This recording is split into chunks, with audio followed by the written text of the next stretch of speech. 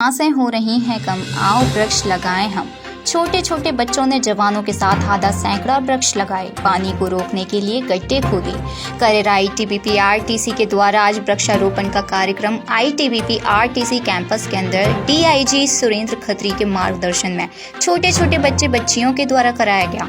आज करीब आधा सैकड़ा फलदार वृक्ष लगाए। जिस जगह पेड़ लगाए वहां जवानों के द्वारा पहले ही 6 फुट लंबे 3 फुट चौड़े गड्ढे बनवाए, जिससे बरसात का पानी बह के खराब ना हो, और बगल में वृक्ष लगाएं जिससे पानी जमीन में सोख और वृक्षों के लिए नमी बनी रहे।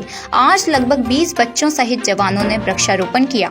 देखिए डीआईजी सुरेंद्र खत्री ने वृक्षारोपण बरसात के पानी को रोकने के लिए क्या कहा। वाह समाचार के लिए करेरा से संजय बिलैया की रिपोर्ट। जी, हमने केवल वृक्षारोपण का पौधारोपण का कार्यक्रम नहीं था, उससे ज़्यादा बड़ा हमारा प्रोजेक्ट था कि जो बारिश का पानी है उसको बचाना है।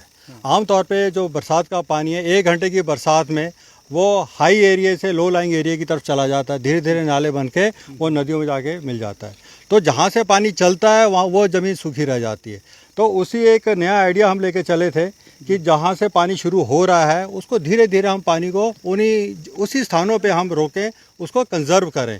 तो अभी आप सब देख रहे हैं कि अभी अकॉर्डिंगली हमने जो लो लाइंग एरिया था, एक बरसात का एक नेचुरल कोर्स था, उस रास्ते में हमने 100 गड्ढे करवाए हैं और हर गड्ढे का साइज़ लगभग 6 बाई 3 बाई 3 फुट का है।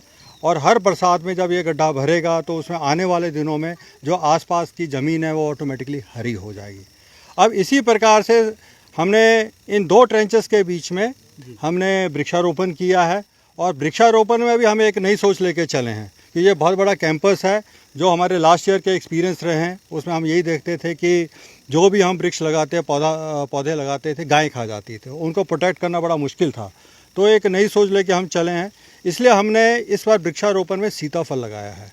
सीताफल का ये फ़ायदा रहेगा कि ना तो इसको नील गाय खाएगी ना दूसरी गाय खाएगी।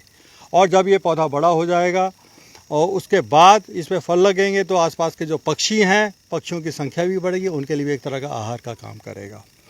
और अभी अगली फेज़ में हो सकता है कि 8 से 10 दिन के पश्चात हम एक और नई सोच लेके चले हुए वृक्षारोपण के लिए कि हम चाहते हैं कि ट्री गार्ड हमें इस्तेमाल ना करना पड़े।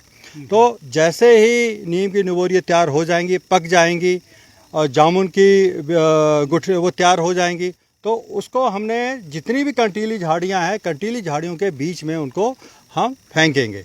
तो जैसे ही उसमें से वो बीज अंकुरित होगा वो पौधा बनेगा। और सबसे बड़ा फ़ायदा उस चीज़ का ये होगा कि उसको गाय या नील गाय नहीं खाएगी, क्योंकि उसके आसपास उसको एक नेचुरल कवच मिल गया, उसको एक सेफ्टी एंगल मिल गया है। तो आने वाले दिनों में इस तरह के जो पौधे हैं वो वृक्ष बनेंगे और आने वाले दिनों ये पूरे का पूरा कैंप और भी अच्छा हो जाएगा। और हम बड़ी सोच ये लेके चले हैं कि इसको एक पक्षी विहार के तौर पे हम इसको तैयार करें और छोटी मोटी जो भी वाइल्ड लाइफ है उसको हम कंजर्व करें।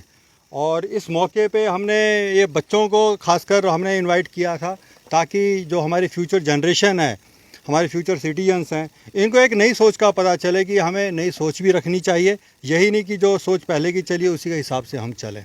तो इन बच्चों को वाटर कंजर्वेशन के बारे में आज पता चला है, पौधा कौन सा लगाना है, किस लिए लगाना है, एक इसका भी हमने इनको सबक दिया है।